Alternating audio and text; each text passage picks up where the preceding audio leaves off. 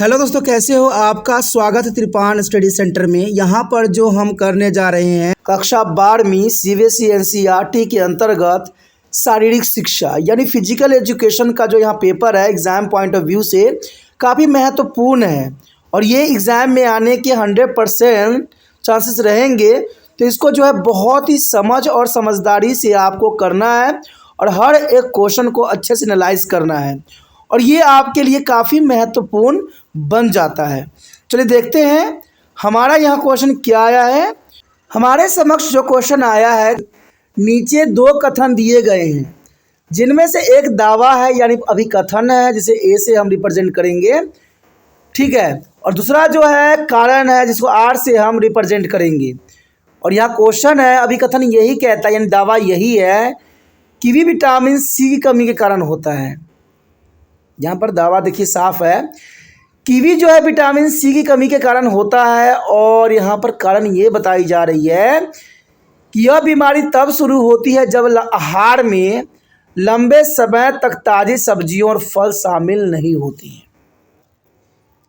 यानी यह बीमारी तब शुरू होती है जब आहार में लंबे समय तक ताज़ी सब्जी और फलों को शामिल नहीं किया जाता है। It mean to the here or given below are the two statements, one of which is the label as a assertion A and the other is a label as a reason R. Assertion is here, scurvy is causing due to the deficiency of vitamin C. You know that is assertion here, scurvy is the causing due to the deficiency of vitamin C, and reasons here the disease set when to be died does not be include fresh vegetable and fruit for a long time. Option पे अगर हम बात करें तो कहता है कि दोनों ए और आर सत्य हैं। आर जो है ए की सही स्पष्टीकरण कर रहा है। बी कहता है दोनों ए और आर सत्य हैं और आर ए का स्पष्टीकरण नहीं कर पा रहा है। सी कह रहा है ए सच है लेकिन आर गलत है। डी कह रहा है गलत, ए गलत है और आर सही। देखिए क्वेश्चन काफ़ी महत्वपूर्ण है और समझने की ज़रूरत है। समझिए, क्या इसकी भी विटामिन सी कमी कारण होता है? आपने कभी पढ़ा है? हाँ, ये तो बात सही है, इसकी भी विटामिन सी की कमी के कारण ही होता है। तो इसका मतलब देखा जाए तो ये कथन सही है। अब कारण देखिए क्या है, यह बीमारी तब शुरू होती है जब आहार में लंबे समय तक ताज़ी सब्जियां फल शामिल नहीं होता है। तो क्या ये बात सही है? देखिए बात तो सही है कि अगर आप हरा ताज़ा सब्जी और फल को अपने आहार में शामिल नहीं करोगे तो ये बीमारी हो सकती है, लेकिन ये किस सब्जी के कारण होती है और किस फल न खाने के कारण होती है, इस बात की यहाँ पर व्याख्या नहीं की गई है। अब सब्जी की बात की गई है, फल की बात की गई है, तो इसमें तो हर तरह की विटामिन पाई जाती है, लेकिन इसकी भी विटामिन सी के कारण होती है। और विटामिन सी किस में पाई जाती है? इस फल की यहाँ पर कोई जिक्र नहीं हुआ है। तो देखा जाए यहाँ पर अभिकथन इसकी भी विटामिन सी कमी के कारण होता है, सही है। और कारण जो यहाँ बताई जा रही है, बीमारी तब शुरू होती है जब आहार में लंबे समय तक ताज़ी सब्जियां और फल शामिल नहीं होते। देखिए बात तो यहाँ पर सही है, ये भी सही है, लेकिन जो है ये इसकी व्याख्या नहीं कर पा रहा है। कारण जो है एक की व्याख्या नहीं करने में सक्षम है। मैंने भी बताया ना कि यहाँ पर एक बात मिसिंग है कि विटामिन सी, देखिए हमें यहाँ पर इसकी भी बीमारी के कारण बता दिया विटामिन सी, लेकिन विटामिन सी किस किस फलों में पाया जाता है और किस सब्जियों में, इसकी व्याख्या नहीं की गई है। यहाँ पर सिर्फ यहाँ पर बोला गया कि ताज़ी सब्जियाँ और फल शामिल नहीं होते हैं। ये तो बात सही है कि ताज़ी सब्जियाँ और फल हम शामिल नहीं करेंगे तो बीमारी होगा, लेकिन किस सब्जी और किस फल की बात किया जा रहा है, तो इसी का कारण जो है ये सही स्पष्टीकरण नहीं कर पा रहा है। तो ऑप्शन यहाँ पर बी जाएगा, दोनों ए और आर सत्य हैं, आर ए की सही स्पष्टीकरण करने में सक्षम नहीं है। चलिए देखते हैं अगला क्वेश्चन क्या कहता है। चलिए अगला क्वेश्चन हमारे समक्ष आ गया है। अगला क्वेश्चन है, 1 ग्राम कार्बोहाइड्रेट में डैश कैलोरी होती है। देखिए ये बात आपको जानना काफ़ी महत्वपूर्ण रहेगा कि 1 ग्राम कार्बोहाइड्रेट में कितना कैलोरी हमें प्राप्त होती है। हमें तो पता है, आपको ये बात नॉलेज होगी कि जो ग्रामीण क्षेत्र में रहते हैं उनको 2400 कैलोरी की आवश्यकता होती है पर डे, और जो शहरी क्षेत्र में होते हैं उनको 2100 कैलोरी की आवश्यकता होती है। अब 2100 किस प्रकार कैलोरी हमें प्राप्त होगी, इसकी गणना हम कैसे करेंगे? जब आपको ये पता होगा कि 1 ग्राम कार्बोहाइड्रेट में कितनी कैलोरी होती है, तो उसी हिसाब से आप खाओगे। तो ये काफ़ी महत्वपूर्ण क्वेश्चन यहाँ बनता है। तो क्वेश्चन है यह, 1 gram of carbohydrate contain a dash calorie. You know that 1 gram of carbohydrate contain a dash calorie here. Option A कहता है 2, ऑप्शन बी कहता है 3, सी कहता है 4, डी कहता है 5। तो 1 ग्राम कार्बोहाइड्रेट में कितनी कैलोरी होती है, आपको पता है? अगर पता होगा तो कमेंट अवश्य कीजिए, ठीक है। मेरे से पहले बताइए आंसर, तो बहुत अच्छा लगेगा। तो मैं बता दूं यहाँ पर कि 1 ग्राम कार्बोहाइड्रेट में 4 कैलोरी होती है, सिर्फ 4 कैलोरी। अब देखिए हमें 2100 कैलोरी तक पहुँचना है, तो 1 ग्राम कार्बोहाइड्रेट में 4 कैलोरी होती है। तो सोचिए और विचार कीजिए कि आगे क्या होगा। तो देखते हैं अगला क्वेश्चन क्या होगा। अगला क्वेश्चन आपके स्क्रीन पे आ गया है। क्वेश्चन है, कौन सी ग्रंथि मधुमेह से संबंधित है? मधुमेह तो आपको पता ही होगा, डायबिटीज़। अगर डायबिटीज़ भी नहीं पता है तो शुगर की बीमारी। तो कौन सी ग्रंथि मधुमेह से संबंधित होती है? किसके कारण जो है मधुमेह यानी डायबिटीज़ होती है? तो question is clear here, which gland is associated with the diabetes? You know that which gland is associated with the diabetes? A अंतस्वैत ग्रंथि होती है, बी कहता है प्यूटरी ग्लैंड होती है, सी कहता है अग्नाशय, डी कहता है हाइपोथैलेमस ग्लैंड। तो क्या होता है? आपको पता होना चाहिए कि पूरा विश्व जो है आज मधुमेह बीमारी से ग्रसित है। पहले भी होती थी लेकिन इतनी अधिक अमाउंट में नहीं होती थी जितने आज के समय में है। आज तो हर दूसरा व्यक्ति जो है डायबिटीज़ के शिकार है। और मधुमेह यानी डायबिटीज़ में यही होता है दोस्तों कि अगर आपको कहीं चोट भी लग जाती है तो वो जो है आपके लिए सरदर्द बन जाती है, क्योंकि मधुमेह होने के कारण आपको वो बीमारी ठीक नहीं हो पाती है। उसको हम चीनी की बीमारी भी कहते हैं। और डॉक्टर इसके लिए जो है इंसुलिन के इंजेक्शन लगाते हैं, आपने देखा होगा इंसुलिन देते हुए। तो यही हो जाती है, एक चारा रह जाती है। और ये लोग जो है जीवन में मीठा चीज़ों से बहुत ही अधिक परहेज करते हैं, मीठा चीज़ खाते भी नहीं अधिक है, क्योंकि अगर मीठा चीज़ खाएंगे तो इनकी शुगर लेवल बढ़ जाएगी। तो ये आपने प्रचार में भी देखे होंगे कि विदाउट शुगर वाला चीनी आजकल आ जाती है, ठीक है। तो ये काफ़ी महत्व रखता है। लेकिन किस ऑर्गन के कारण ये सब प्रॉब्लम आती है? देखा जाए तो आज शुगर की बीमारी, मधुमेह की बीमारी कहीं ना कहीं जो है आज लोगों की आलसी जीवन के प्रचालक है। आज लोग जो है मेहनती कार्य नहीं करना चाहते। आप देखिएगा जो मजदूर लोग होते हैं उनको तो मधुमेह कभी होता भी नहीं है, क्योंकि जितना भी खाते हैं उनका जो है पसीनों में ही निकल जाता है। देखिए बैठे बैठे रहने से ही ये बीमारी सबसे अधिक सताती है, उन्हीं लोगों को सताती है जो बैठे रहते हैं, जो मेहनत करते हैं उनको कभी नहीं सताती है बीमारी। और इसमें कुछ भी नहीं दोस्तों, आपकी शुगर के लेवल बढ़ जाता है। देखिए 100 के आसपास जो है शुगर होना बहुत अच्छी बात है, 100 के आसपास रहता है। 80 से 100 जो है जनरली होना ही चाहिए और सभी व्यक्तियों में होता है। अगर नहीं होगा तो इंसान जीवित रह ही नहीं पाएगा शुगर के बिना। लेकिन कहते हैं अगर जो लेवल से अधिक बढ़ जाता है तब सरदर्दी हो जाता है, 100 से 120 के आसपास जाता है तब आपको जो है टेंशन लेने की आवश्यकता बढ़ जाती है। और आपको बता दूँ, अगर आप खाली पेट होते हो तो आपका शुगर लेवल डाउन होती है, अगर खाए हुए रहते हो तो शुगर लेवल बढ़ जाती है।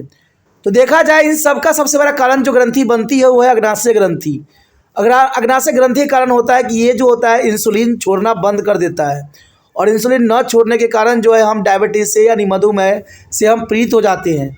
तो वो ग्रंथि है अग्नाशय। सी ऑप्शन आपका सही है। चलिए देखते हैं अगला क्वेश्चन क्या है। अगला क्वेश्चन हमारे स्क्रीन पे आ गया है। ये क्वेश्चन देखा जाए तो क्वेश्चन है, टीम की सम संख्या के लिए लीग मैच में मैचों की संख्या निर्धारित करने का सूत्र क्या होती है? देखिए क्वेश्चन यहाँ पर बिल्कुल साफ है कि टीमों की सम संख्या के लिए लीग मैच में मैचों की संख्या निर्धारित करने का सूत्र क्या होता है? आज question repeating here, what is the formula to determine to the number of matches in a legal fixture for an even number of team? You know that question is very clear. What is the formula to determine to the number of matches in the league fixtures for the even number of team? तो देखा जाए option ये बोलता है कि n+1/2 हम लगाते हैं सम के फल ये फार्मूला, बी कहता है n-2/2 लगाते हैं, सी कहता है n bracket start n-1 bracket upon 2 कहता है, डी कहता है n bracket start n+1 bracket close upon 2। देखिए ये जो होती है टीमों की सम संख्या के लिए लीग मैच की संख्या निर्धारित करने का सूत्र है ये। तो क्या सूत्र है? देखिए ऊपर के दोनों का जो सूत्र है हमने इसमें बाय इसके जो है हमने टीमों को फिट करना है, 2 भागों में बांटने के लिए हम इसका यूज़ करते हैं ए और बी जो है, ठीक है। और देखा जाए तो सम संख्या और विषम संख्या के लिए हम नीचे यूज़ करते हैं। तो आपको नीचे 2 ही सी और डी ऑप्शन है, उसी में से आपको चुनना है कि सम संख्या के लिए लीग मैच में हम संख्या निर्धारित कैसे करते हैं। ऊपर तो चलिए जो है डिवाइड करने के लिए यूज़ की जाती है, बहुत ईजी है। नंबर अगर मान लीजिए 18 है, इवन नंबर नहीं, ऑड के लिए यूज़ की जाती है, इवन के लिए नहीं होती है। क्योंकि इवन देखिए अगर मान लीजिए यहाँ पर इवन नंबर अगर आप 2 रखते हो, चाहे आप 10 ही रखो तो 11 हो जाएगा, और 11 को डिवाइड करना संभव नहीं है। तो यहाँ पर तो हम इसका यूज़ ही नहीं कर सकते। इसका जो है विषम संख्या के लिए दोनों फार्मूला का यूज़ किया जाता है, ए और बी का। तो यहाँ पर सिर्फ सी और डी ऑप्शन रह जाता है। तो जनरल सी बात, अगर सम संख्या की बात की जा रही है, सम संख्या की, तो इसका मतलब ऑप्शन कौन सा सही होगा? क्या आप बता सकते हो ऑप्शन कौन सा सही होगा? आपने पढ़ा होगा, समझ होगी तो जरूर बताओगे। तो मैं बता दूं टीमों की जो है सम संख्या के लिए लीग मैच में मैचों की संख्या निर्धारित करने की सूत्र जो है n bracket start n-1 bracket close upon 2, यानी ऑप्शन सी आपका यहाँ पर सही जाएगा। चलिए देखते हैं अगला क्वेश्चन क्या जाता है।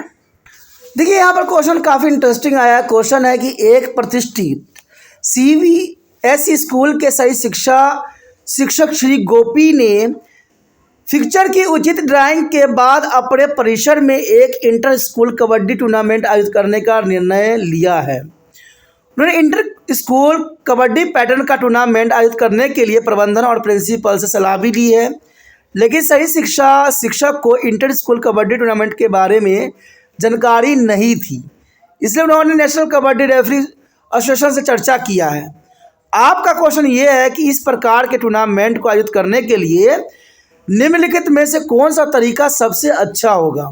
आप यहाँ पर मिस्टर श्री गोपी को जो है बता सकते हो कि भाई कौन सा आप यहाँ पर जो है आप खेल सकते हो, बहुत अच्छे तरीके से जो है इंटर स्कूल टूर्नामेंट कबड्डी हो सकती है।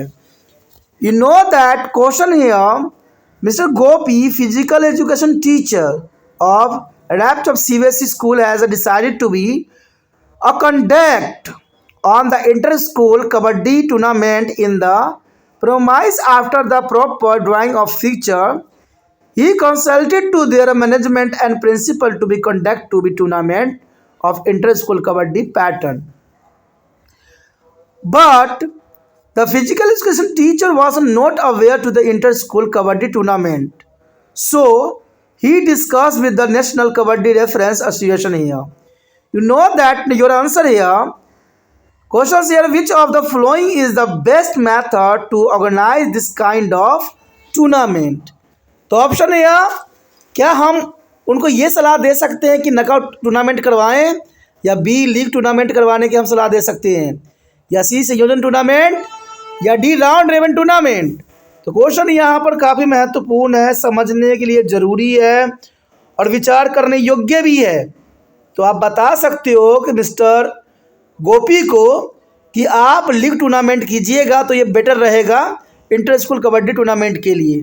तो आप बी ऑप्शन के सुझाव दे सकते हो, लीग टूर्नामेंट। तो ये काफ़ी महत्वपूर्ण होता है, इसकी जानकारी जो है आने वाले क्वेश्चन आंसर में आपको मिलेंगे। तो आपको जो है अच्छे से सारे वीडियो को देखना है। आने वाले जो है आपके क्वेश्चन पेपर जो रहेंगे इसके आगे के रहेंगे, जो काफ़ी महत्वपूर्ण रहेगा, और इसमें जो है हमारे क्वेश्चन को एनालाइज करेंगे, समझेंगे, जो आपके बोर्ड एग्ज़ाम के लिए महत्व रखेगा। तो इसके लिए आपको जो है त्रिपाण के साथ बने रहना है, ठीक है, और बने रहने के साथ सब्सक्राइब भी करना है।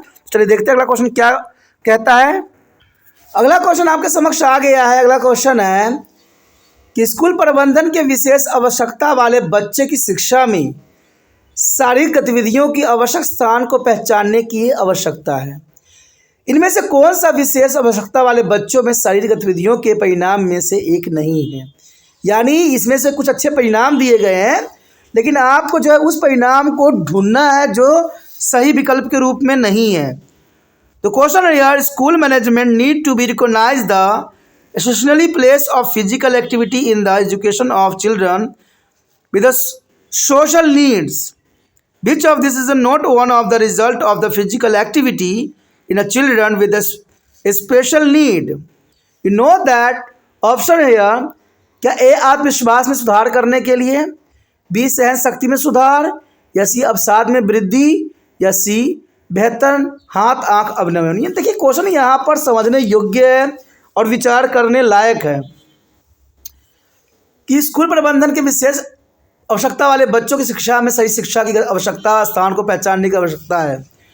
अब यहाँ पर क्वेश्चन ये है कि इसमें से कौन सा विशेष आवश्यकता वाले बच्चों में सही गतिविधियों के लिए परिणामों में से एक नहीं है, हमसे नहीं पूछा हुआ है। तो देखिए आत्म में सुधार करना, देखिए आत्मविश्वास सुधार करना हर एक सही शिक्षा का सबसे महत्वपूर्ण योगदान होती है कि बच्चों में आत्मविश्वास में सुधार करें। सहन शक्ति में सुधार करना भी बहुत ज़रूरी होता है, तभी वो बहुत लंबे दौड़ सकते हैं, लंबा कार्य कर सकते हैं। अवसाद में वृद्धि, देखिए ये बात कहीं तक सही नहीं लग रही है। बेहतर हाथ और आंख समन्वय ये भी जरूरी है, लेकिन सी यहाँ पर ऑप्शन गलत है। लेकिन यहाँ पर थोड़ा मिसप्रिंट भी हुआ है। डी आपको ऑप्शन जो यहाँ पर सी लगे हुए हैं तो उसको लास्ट को डी ही समझिए, ये हो जाता है मिसप्रिंट तो इसको टेंशन नहीं लीजिए। लेकिन आपका आंसर यहाँ पर सी है, अवसाद में वृद्धि। ठीक है, दूसरा वाला सी को मत समझना, वो डी ऑप्शन है। ओके, यहाँ मिसप्रिंट हो जाती है क्योंकि कहते हैं ना मेहनत करने में थोड़ा मिसप्रिंट होना स्वाभाविक बात रहती है। ठीक है, तो आप बेहतर हाथ आंख अवनमन जो है डी ऑप्शन है। ओके, तो यहाँ सी ऑप्शन है, अवसाद में वृद्धि। हम किसी व्यक्ति में ये बात कभी नहीं चाहेंगे कि उसके अवसादों में वृद्धि हो, तो ऑप्शन यहाँ पर सी सही है। चलिए देखते हैं अगला क्वेश्चन क्या है। अगला क्वेश्चन आपके स्क्रीन पे आ गया है। अगला क्वेश्चन है कि यदि मासिक धर्म चक्र यौवन पर शुरू नहीं होती है तो स्थिति को हम क्या कहा जा सकता है। मासिक धर्म आपको पता होना चाहिए कि मासिक धर्म होता क्या है। देखिए जब बच्चे पॉवर्टी की लाइन में जाते हैं, जब वो 13 से 14-15 साल में रहते हैं लड़कियों में, तो उनको मासिक धर्म चक्र शुरू हो जाता है, यानी जैसे हम पीरियड का नाम देते हैं। ये 14 से 15 साल 13 साल के बच्चों का जनरली होना स्टार्ट हो जाता है। और मान लीजिए उनको मासिक धर्म चक्र यौवन शुरू में नहीं होता है, तो इस स्थिति में होने वाले जो है प्रॉब्लम को हम क्या कहते हैं। समझ में आया क्वेश्चन? यदि मासिक धर्म चक्र यौवन पर शुरू नहीं होता है तो इस स्थिति को हम क्या कहते हैं।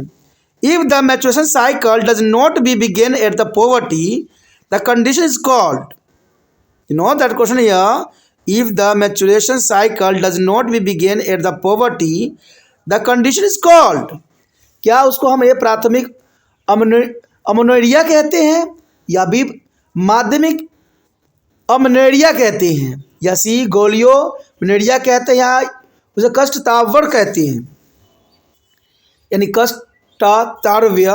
तो क्या कहते हैं इसको हम? अगर मान लीजिए किसी बच्चों में यानी लड़कियों में 13 से 14-15 साल में अगर मासिक धर्म नहीं शुरू होती है तो इस स्थिति को हम क्या कहते हैं। क्वेश्चन यहाँ पर साफ और क्लियर है। तो देखा जाए इसको हम प्राथमिक अमनेरिया कहते हैं, यानी ऑप्शन ए आपका सही है, प्राथमिक अमनेरिया कहते हैं। तो ये ऑप्शन के साथ आप जा सकते हो। चलिए देखते हैं अगला क्वेश्चन क्या है। अगला क्वेश्चन आपके समक्ष आ गया है। अगला क्वेश्चन है कि वरिष्ठ नागरिक स्वास्थ्य परीक्षण में आयु वर्ग की सीमा क्या होती है। आपने ये टेस्ट भी पढ़ा होगा। वरिष्ठ नागरिक स्वास्थ्य परीक्षण में जो आयु की वर्ग रखी जाती है वो क्या है। तो ये काफ़ी महत्वपूर्ण बात है। देखा जाए तो senior citizen fitness test the range of age group is, the senior citizen fitness test the range of age is group is A 60 to 94, B 55 to 79, C is 65 to 95, and D 50 to 90. You know that question is very interesting. देखा जाए तो काफ़ी महत्व रखेगा कि वरिष्ठ नागरिक के स्वास्थ्य परीक्षण आयु वर्ग कितनी होती है। तो इसका जनरल सी यहाँ पर आंसर है 60 से 94 साल होती है, यानी 60 to 94। ऑप्शन ए यहाँ पर आपका सही जाएगा। तो option A 60 to 94। And let's see next question है। अगला क्वेश्चन आपके स्क्रीन पे आ गया है। अगला क्वेश्चन देखिए। क्वेश्चन है कोलोफोसिस। कोलोफोसिस को डैश के रूप में भी जाना जाता है। एक कोलोफोसिस होती है तो उसको हम किस और रूप में जानते हैं। क्वेश्चन यहाँ पर काफ़ी दिलचस्प है। The question here, kyphosis is also known as, क्या इसे हम हेलो बैक कहते हैं, या बी हंच बैक कहते हैं, या सी कब बैक कहते हैं, या डी दोनों, ए और बी। तो क्वेश्चन तो यहाँ पर काफ़ी महत्वपूर्ण है और समझ वाली है। तो देखा जाए, क्लोफोसिस को हम हंच बैक कहते हैं। क्लोफोसिस का दूसरा नाम जो है हंच बैक है, यानी ऑप्शन बी सही है। चलिए देखते हैं आगे क्या सही है। अगला क्वेश्चन आपकी स्क्रीन पे आ गया है, देखिए क्वेश्चन है, किस टूर्नामेंट को राउंड रिबन टूर्नामेंट भी कहा जाता है? किस टूर्नामेंट को राउंड रिबन टूर्नामेंट के नाम से भी जाना जाता है? क्वेश्चन समझ में आया आपको? This tournament is also called round ribbon tournament. You know that this tournament is also called round ribbon tournament. क्या ए लीग टूर्नामेंट को कहते हैं, या बी कॉम्बिनेशन टूर्नामेंट को कहते हैं, या सी नॉक आउट टूर्नामेंट को कहते हैं, या डी चैलेंज टूर्नामेंट को कहते हैं? तो यहाँ पर काफ़ी महत्वपूर्ण आंसर है और क्वेश्चन भी महत्वपूर्ण है। आंसर देखिए इसका है कि राउंड रिबन टूर्नामेंट को जो दूसरा नाम है वो लीग टूर्नामेंट है, यानी ऑप्शन ए सही है। यानी हम राउंड रिबन टूर्नामेंट को लीग टूर्नामेंट के नाम से भी जानते हैं, तो ऑप्शन ए सही है। चलिए देखते हैं हमारा अंतिम क्वेश्चन क्या है। अगला क्वेश्चन हमारे समक्ष में आ गया है जो अंतिम है। देखिए क्वेश्चन है कि निम्नलिखित में से कौन सा योजना को उद्देश्य में से एक नहीं है, यानी योजना के अंतर्गत ये नहीं है। तो क्वेश्चन यहाँ पर बहुत ही साफ और क्लियर है। Which of the following is a not one of the objective planning here. Which of the following is not one is the objective planning here. कह रहा है, क कह रहा है रचनात्मक बढ़ाने के लिए, ख कह रहा है कार्य कुशलता बढ़ाने के लिए, ग कह रहा है गलतियों की संभावना बढ़ाना, घ कहता है खेल योजना को बढ़ाना। अब देखिए जब ऑप्शन हम पढ़ते हैं ना तो हमारे दिमाग में ट्रैक कर जाती है कौन सा सर सही होगा। इसमें बोला है कि कौन सा योजना के उद्देश्य में एक नहीं है, और योजना के उद्देश्य में क्या नहीं हो सकता। रचनात्मक को बढ़ाने के लिए, रचनात्मक बढ़ाना बहुत जरूरी है, तभी खेल की जो है गुण बढ़ेगी। कार्य कुशलता में बढ़ाने के लिए भी बात सही है, लेकिन हमसे यहाँ पर गलती पूछ लिया है कि भाई इसमें से कौन सा जो है हो सकता है। तो देखिए यहाँ पर क्या ये हो सकता है, ये गलतियों की संभावना बढ़ाना। कौन चाहेगा कि आप बार बार गलतियाँ करें और बार बार जो है टीम को हराएं? तो यहाँ पर देखिए सी ऑप्शन सही है, यानी ग ऑप्शन यहाँ सही है। गलतियों की संभावना को बढ़ाना, हमसे यहाँ पर गलतियाँ ही पूछ रखा है, नहीं ही पूछ रखा है। तो यहाँ पर ग यानी सी ऑप्शन आपका सही जाएगा, जो कि काफ़ी महत्वपूर्ण था। तो इसी के साथ हमारा क्वेश्चन खत्म हो जाता है जो काफ़ी महत्वपूर्ण था। आगे जो है हमारे लिए बहुत ही महत्वपूर्ण क्वेश्चन आंसर आने वाला है, तो आपको त्रिपान सेंटर के साथ बने रहना है। ठीक है, हम वो सारे क्वेश्चन महत्वपूर्ण एनालाइज करेंगे जो बोर्ड एग्जाम में आएंगे, तो ये आपके लिए बहुत ही महत्वपूर्ण बन जाता है। और इसके लिए आपको त्रिपान सेंटर के साथ बने रहना है, और ये मैं धीरे धीरे आपके लिए रखूँगा और ये आपको समक्ष दिखेगा। तो इसके लिए जो है आपको सब्सक्राइब भी करना ज़रूरी है, और ये सब तब होगा जब आप इस वीडियो को शेयर कीजिएगा, क्योंकि त्रिपान स्टडी सेंटर का एक ही लक्ष्य है, शेयर ही केयर है। दूसरे बच्चे तक पहुँचेगा तो उनको समझ भी आएगी, आपको भी समझ आएगा, क्योंकि दूसरा का भलाई करने वाला व्यक्ति कभी भी जो है गलत नहीं होता, वो सदैव ही उच्च होता है। तो शेयर ज़रूर कीजिए, और शेयर करने के लिए कुछ नहीं करना है, यूट्यूब से लिंक को कॉपी करना है और व्हाट्सएप एड्रेस पर लगाना है। और व्हाट्सएप एड्रेस पर लगाइएगा तो जो भी आपके कॉन्टैक्ट में होंगे उनको ये वीडियो ज़रूर दिखेगी, वो ज़रूर पढ़ेंगे और ज़रूर एग्ज़ाम की तैयारी करेंगे। और ये मेरे लिए बहुत ही अच्छा रहेगा, क्योंकि आने वाला जो है वीडियो वो सारे क्वेश्चन आंसर है जो मैं आपके समक्ष में 10-15 क्वेश्चन रखूँगा जो एग्ज़ाम व्यू में आएंगे, और एग्ज़ाम में आने के 100% चांसेस है, क्योंकि वो क्वेश्चन होंगे इम्पोर्टेंट। तो सोचिए नहीं, विचार न कीजिए, अभी त्रिपान स्टडी सेंटर को सब्सक्राइब करके मोबाइल में सेव कीजिए।